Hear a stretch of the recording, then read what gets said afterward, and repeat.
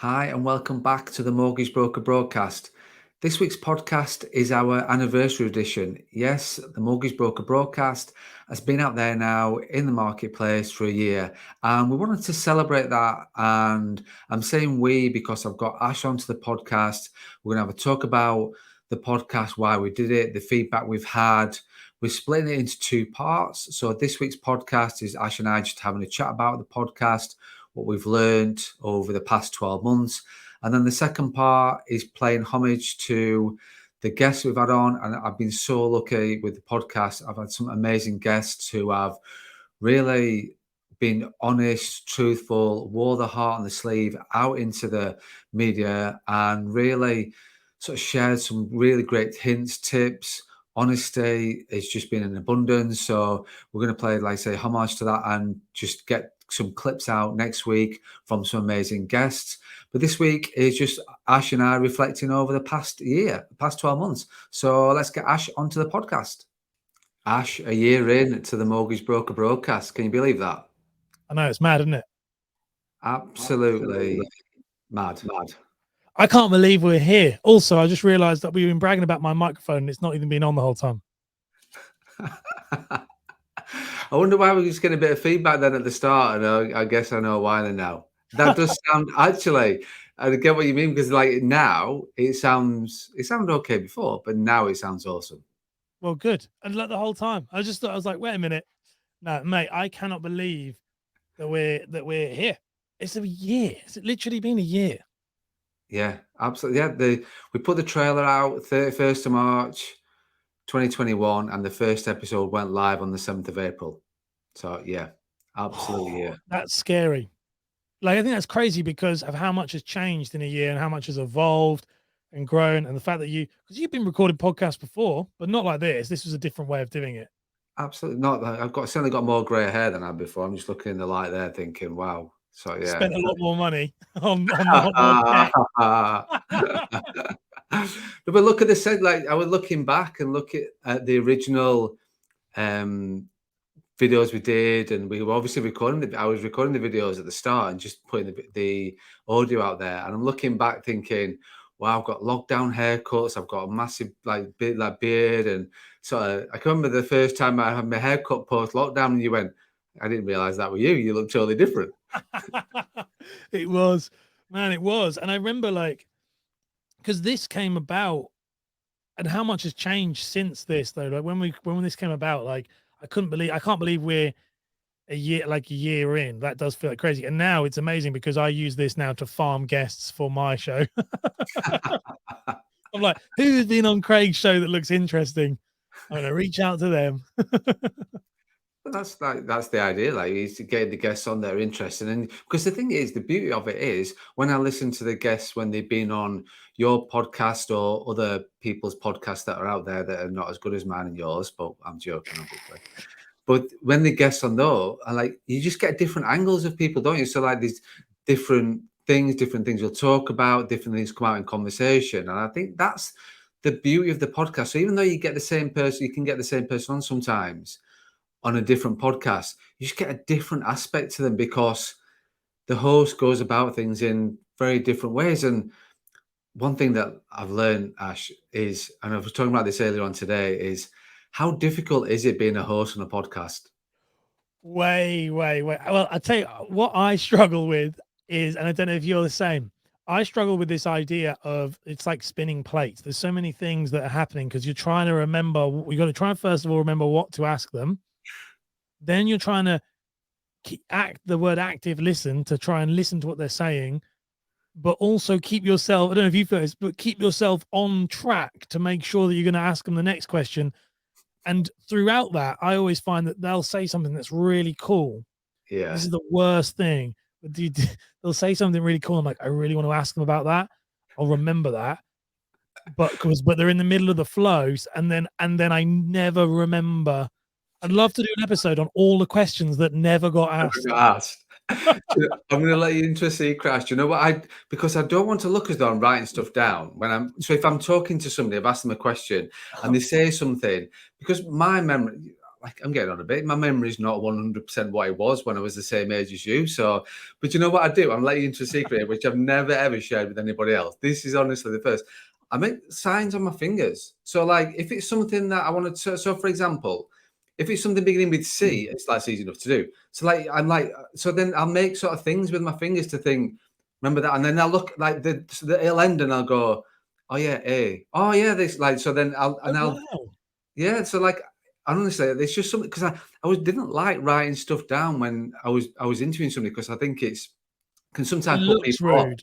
It Yeah, looks exactly. rude. I mean, I used to do stuff like that, and if I'm doing it, like if I do write it down, people are watching now, and if I'm like on my iPad and I'm writing, you can tell, and I think you absolutely lose like all like what's the word? Like connection. I really think you Yeah, do. yeah, definitely. I Yeah. can't believe you do that. That's so cool. I couldn't do that. I'd be thinking, why is my hand in a weird claw shape? Well, I'll tell you what, I don't know if you do this. When I watched mine back, I've always done this with some like amazing guests in our industry, but also like amazing guests around the world who like, and I'm like, oh wow, they're saying something really useful, and I did not know that because I'm too busy like going, what's the next thing? What's the next thing to ask? It's insane. It's a lot harder than people think.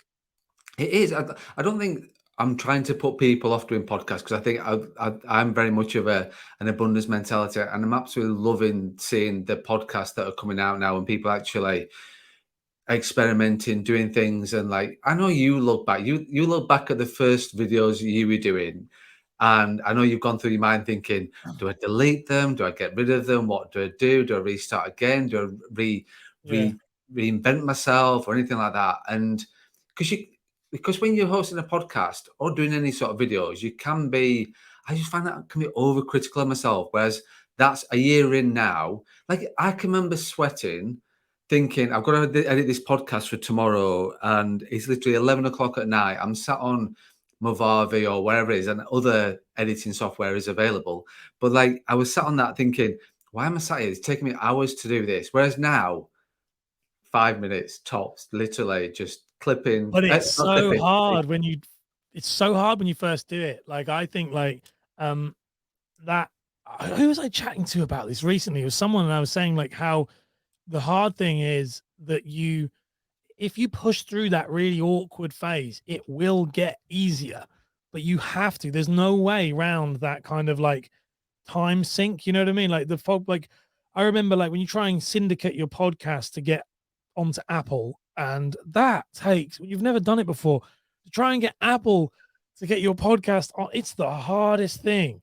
And now, like I produce like your show and Carla's show and all these, it's like, yep, yep, yep, yep, yep. But the beginning, hours and hours. It's a long time, but you were really doing a lot as well at the beginning. Like you still do now, but like you were like filming, editing, record. Like obviously now I do all that for you, but a lot of that at the time, like it was insane. Like it was a lot of work, a lot of time spent getting this off the ground for you. It was, but I think it gave me good grounding to understand exactly what was needed to be done to get it out into the marketplace. You know, I think if you're just giving it somebody, go, right, there's my recording, and then that's it kind of thing. It's not. There's no education there, which you can't share either. We've talked about this. Like I was literally on a call this morning with two of the financial advisors in the firm talking about how to shoot in Movavi and edit in Movavi. And again, I will reiterate that other software is available. But and I'm not on any affiliate with Movavi, trust me. I pay the yearly subscription as well. But like you showed me something like, all right, wow, that's just so much simpler than what it was. It's just constantly learning because when you're looking at that digital marketing space, things you look guys, we joke about gear and like I've got El Gato tattooed on my That's arm. all he does. It's So just everything in your you may as well be sponsored by Elgato in your wish I studio was. now. Yeah, Literally, that would be nice. I wish I was. Do you know how Chris Target's ideal is to be sponsored by Yorkshire Yorkshire tea. Tea? Yeah, I think mine's Elgato. Absolutely That would Elgato. be you. I could see you being an Elgato. You are, for me, when I think about you now, when I first thought about shut up, Siri. When I first thought about you, I would always think Mr. Apple. You're just Mr. Apple. And then over the last over the last kind of 3-4 months, you've just become Apple and Elgato. That's it. But that's your fault. We had this conversation before. That is down to you. Yeah. Well, Elgato is the best equipment for this type of stuff, really. Like if people are listening to this going, what does he mean? Elgato is they make like podcasting and live streaming equipment. So like lighting, microphones, boom arms, but they're the best ones by far. Gaming, And like just gaming for stuff as well. Because my son comes into my office I bet he's and then jealous. he's just literally, what can I have a bit of that? I need to make that. I need to get that done right. And it's sort of then all Oh of a yeah. sudden, gear disappears over the weekend. But It is yeah, definitely a gaming space. That's the thing. They are like gaming spaces because they're all the same thing. So one thing I would ask you then, how have you found the transition? Like as in, so what's been the response for the podcast? That's what I'd love to ask you. Like the year has gone through from starting it completely cold. How's the response? I mean, I know the stuff, but I'd love to know your take on it. Like the response of it. What's it been like from a public perception? I think I've just been sort of, it's just easy to say and it's a bit of a cliche, but just blown away by how many people listen to it, how many people give me feedback, even like just not random people, but obviously mortgage brokers, people in financial service industry, just reaching out, just messaging saying, I just want to say thank you. Like you've got some amazing guests on the podcast. They've also like watched the videos on YouTube as well, the solo stuff that I've done. But they just sort of said thank you for giving back to the mortgage industry. And it's not, that's sort of like when you look at that, that sometimes can be lost in income, doing this for the money, doing this for the likes, doing this for the follows, doing this for the like all the things that you shouldn't be doing it for. Is actually that just makes me feel better about doing this because it's helped people getting into the industry and also help them sort of to move within the industry and create a career out of that. And it's not all that's not down to me about what about doing it. It's about the guests that have agreed to be on the podcast, shared heart on the sleeve kind of thing. I've been so lucky to have some amazing guests onto the podcast who have just like I know what it was like at the beginning. I know when we had this conversation at the start and we sort of talked about it, like, okay, you're going to do a weekly podcast. Who's going to come on my podcast? Who am I going to interview? Like, where does that? And it's the same for the bro. And like you relate to it in various guises because brokers are the same of doing videos or what am I going to talk about being a mortgage broker doing a video or why would I do a podcast about what can I do a podcast about? And it's just about getting out there and just doing it. But there is so many. As soon as I started to reach out to people, it's then yeah, you go through times where, and I know I'm sort of trying not to look at your face right now because you Why? go through times where you are booked out, you are literally weeks ahead. You're booked out 4 or 5 weeks ahead, and I try not to get to that point. I try to get to that happy medium of not too That's near because to the I'm booked out. Is that why you're trying not to look at me? what I try to do is like get that balance of not too far in advance so we can talk about a few topical things and it's not out of date. But then also as well, you don't get close because I know what it was like when when I talked about then where like I was sweating at 11 o'clock on a Tuesday night, knowing the podcast had got to go out at 6 o'clock the next morning, and I'm trying to edit it and perfect it, and I'm like swearing at my machine, my laptop, and just literally. Whereas, yeah, I'm slightly less stressed about it now. I think the thing that's really interesting that I've found with yours, and thanks for the subtle dig at the fact that I am very scheduled out. You are. I am always 12 weeks ahead. People who come on the show know that. I have to remind people. People come on every week. I have a reminder, and I have to like Dan Reddish is coming out on the when we're recording this, and I go, Dan, you know that show we recorded like 6 months ago? It's actually coming out now. Yo, what did I say? Like, what was the? Yeah, he's Yeah, got. like You have a different title now in a different business, Dan. With yeah. like, If it was me, if people follow me, I'd be like, "What's he?" He's it's completely out of date now. But one thing I would say that I've noticed, like I noticed this show had way more impact than I ever thought it would have, and because thanks for that, Ash, and thanks yeah, for that. yeah, I thought I said it in that way because I thought it'd be a bit of a dig, but it did because I was starting to get messages like going, like when I was having discovery calls with clients and things from the industry, they'd be like, "Well, I've listened to the Mortgage Broker broadcast." I was like, "So have you not followed any of my content?" No, no, no, no, no. I never know. I just know that you work with Craig and I like the show. And I was like, "Oh, okay, then that's cool." Which what, but and I started getting more messages from people talking about your show, which made me make a podcast. I mean, it literally made me make a podcast because I was like, maybe I should probably do one because Craig is doing it. Like it's had such an impact. And the thing I loved about your show, and you hit it, and I think this is like, I'm sure that people listening to this will probably feel the same. You know, you said, there's other great podcasts out there in the mortgage space. There's Alex's show, mine's all right. Carla's just released one, but and like Chris, you mentioned, and you know them all because they've all been on your show. But the truth is, there really wasn't a show for brokers by a broker or by someone from the like. That's something I definitely thought with yours when we were doing it. Like, and I'm sure people will resonate that the way you interview, especially that I edit your shows, the same guest comes on, but they get asked very different questions from Alex than they do you and they do like me.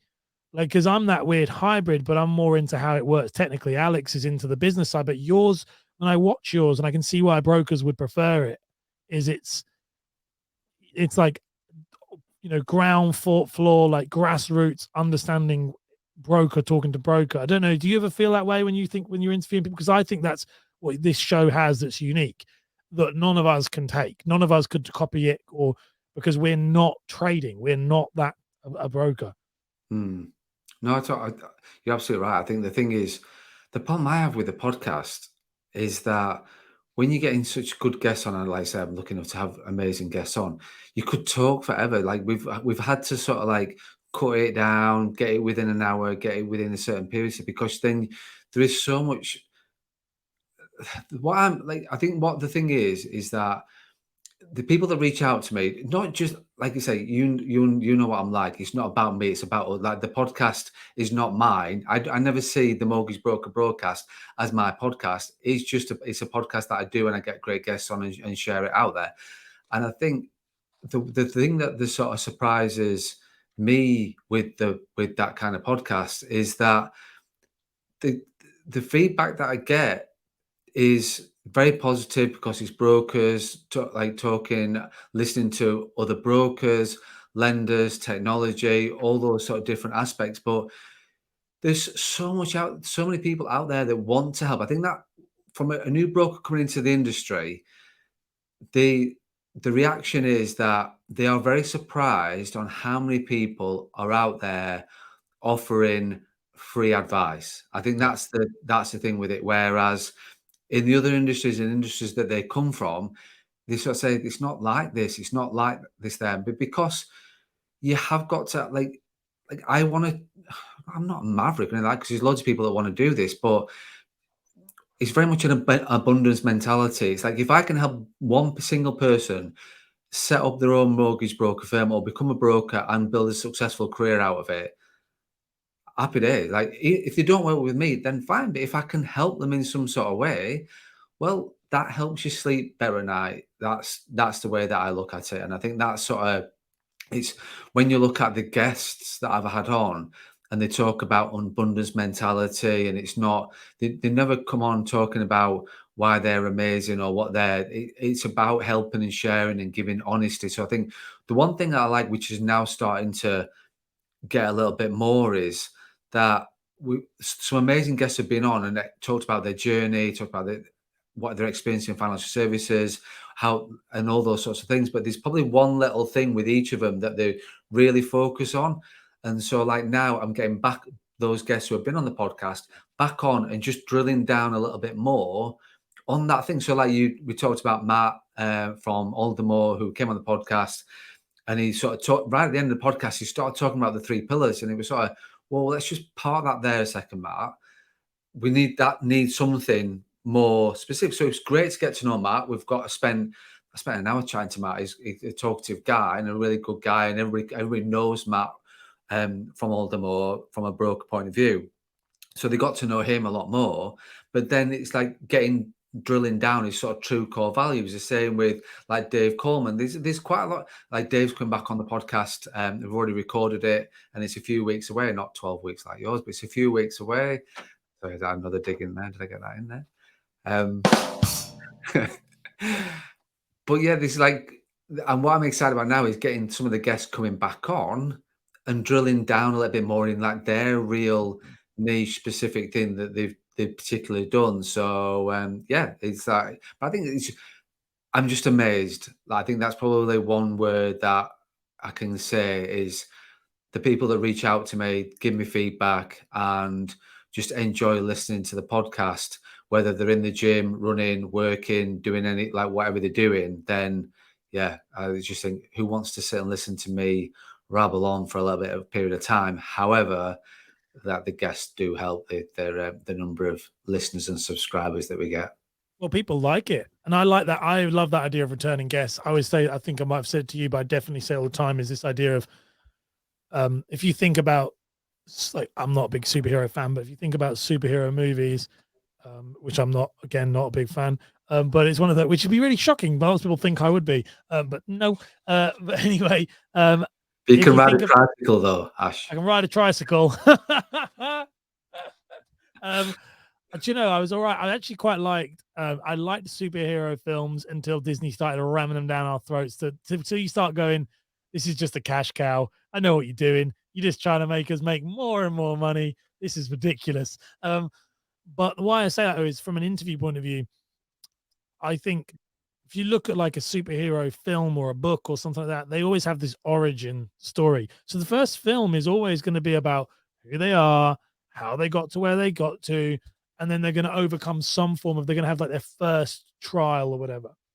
And the Yeah. superhero films are fine, but there's a reason why, if you look at like the way that consumers' behavior is, it's always the second and third one that does better.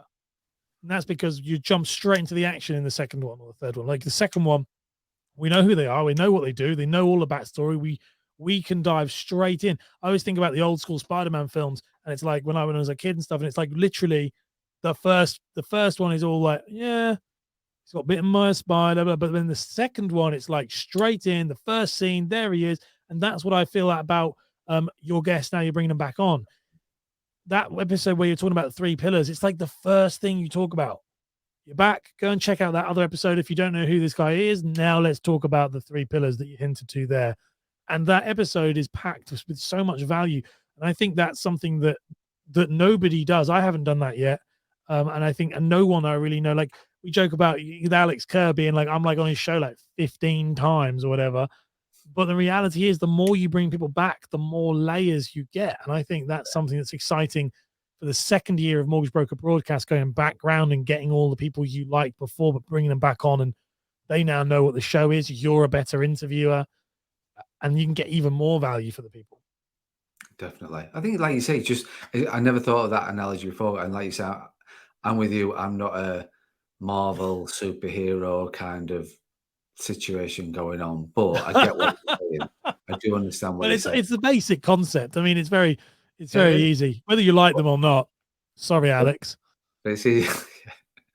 You had to get in there somewhere. It's because do you know why? It's because I got many spies and many eyes. And when I do that, everyone's going to send me a message. Everyone's going to send Alex a message. Just you watch. They'll send him a message. I will get a message from Alex going, "You said this," and I go, "Yeah, because you're all little grasses. You're all little rats. I know what you do. I know what you do. Do it on purpose now, so I can see and trace it back." Nah, I think these are yeah. I get what you're saying. It's funny. Yeah. He's funny. It is funny. I'm just reserving judgment. Can you tell? I'm being quite reserved there with any Yeah. comments or anything like that from that point of No, view. not in a good. It's in a funny way. We've been doing this for years. Like it's this constant, like, So, what? We're going to be doing some stuff with best bits, aren't we? So we're going to be clipping one of those up. So that's for them to understand what you're going to be doing next. Absolutely. So yeah, we're gonna look at getting some best bits out there. Like I said, I think you can sometimes lose, like when you listen to a podcast, sometimes depending on what you're doing, you might miss those goals. You might listen to the whole podcast, but it's hard to concentrate in it for sort of like, if you like, I have podcasts on when I'm working, so I'll have like YouTube in the background with a podcast on, and I'll be working and pick up something that they say, something that's relevant, and then I'll then listen, but then I end up rewinding back and stuff like that. So people can't always do that. So what I thought about doing was getting some best bits out there.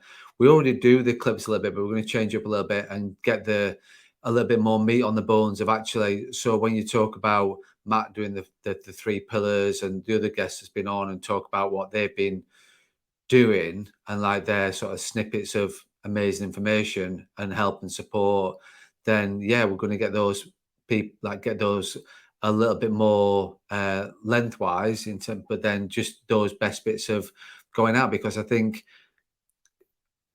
Ash, Jesus, it's been a year. Like, we've had 52 podcasts. You've got 52. I think I did a couple of solos at the beginning, didn't I? And then stopped Yeah. doing. So I would say we've got 50 guests. We should be up to 50 guests by now. Well, you've been on a couple of times, so probably might be looking at 48. No, I've been on once.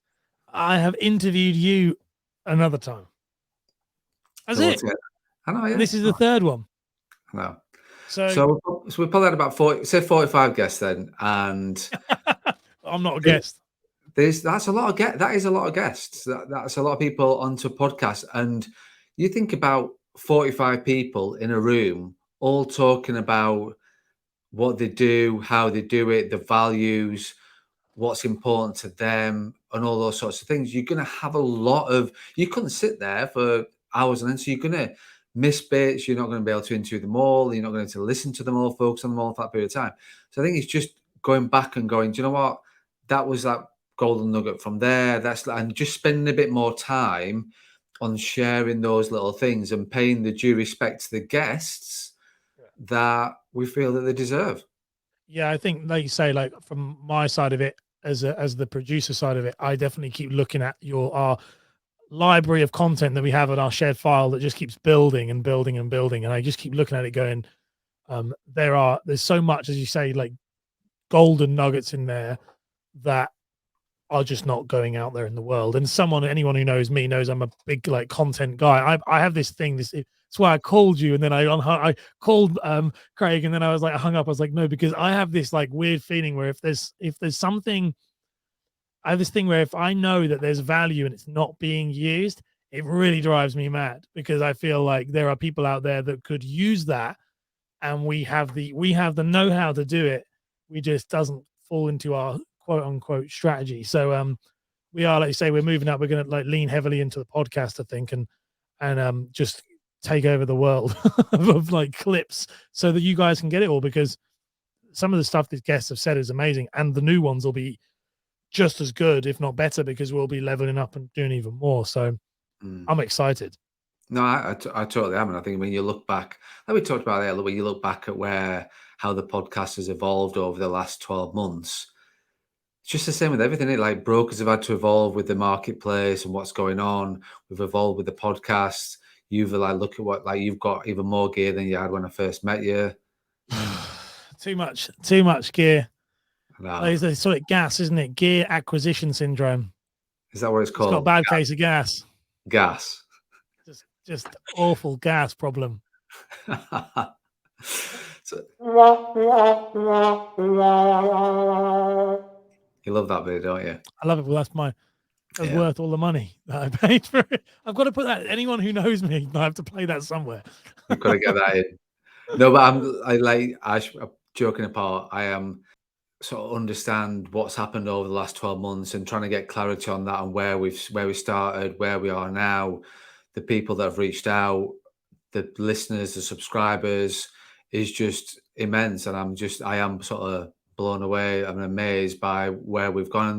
But like now, as you know, I'm always like this. I'm never one for looking behind, never one for the look. It's good to reflect, absolutely, which is we're doing on the podcast today. And we're going to get another podcast out next week following this with the best bits, what we've talked about, and get a bit more meat from the guests we've had.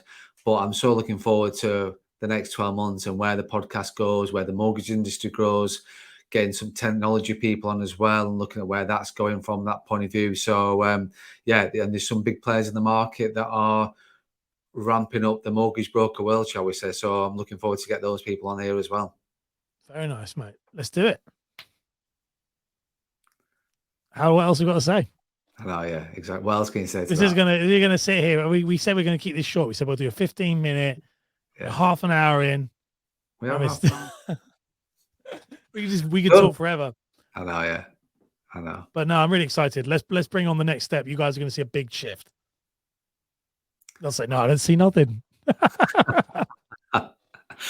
No, I'm looking forward to it. Absolutely. Like, it is going to be sort of moving forward. You're going to get better in terms of it's like with brokers, isn't it? You start being a broker when you're first starting out, then day one, but then 2 years into doing it, a year into doing it, 2 years into doing it, you become perfect in terms of what you're doing. I'm never going to be a perfectionist on podcasting, absolutely not. But I'm hoping to get the people on and the guests on the show that will help build people's businesses. Well, your studio, your display is finally. It took us a year to get a good shot, but now you look good. Finally got there. Look at that. Well, but like, I think I do love Elgato, as you've talked about. But I think the thing is, like, if you're starting out and doing a podcast, you don't need all the gear. You can like literally do it with your iPhone and just get on with it, really. Absolutely, yeah. No, you do, and now, like you say, it's because with the show now even airs, like you say, we now live stream it as well. That's all been new. That's all new. There's so much cool things we've been doing. So, anyway, let's wrap this one up and let them get the best bits. Brill. Thanks very much, Ash, for being on this podcast, the anniversary one, and thanks for all your help and support this year. There you go. Thank you very much. I'll send you my bill.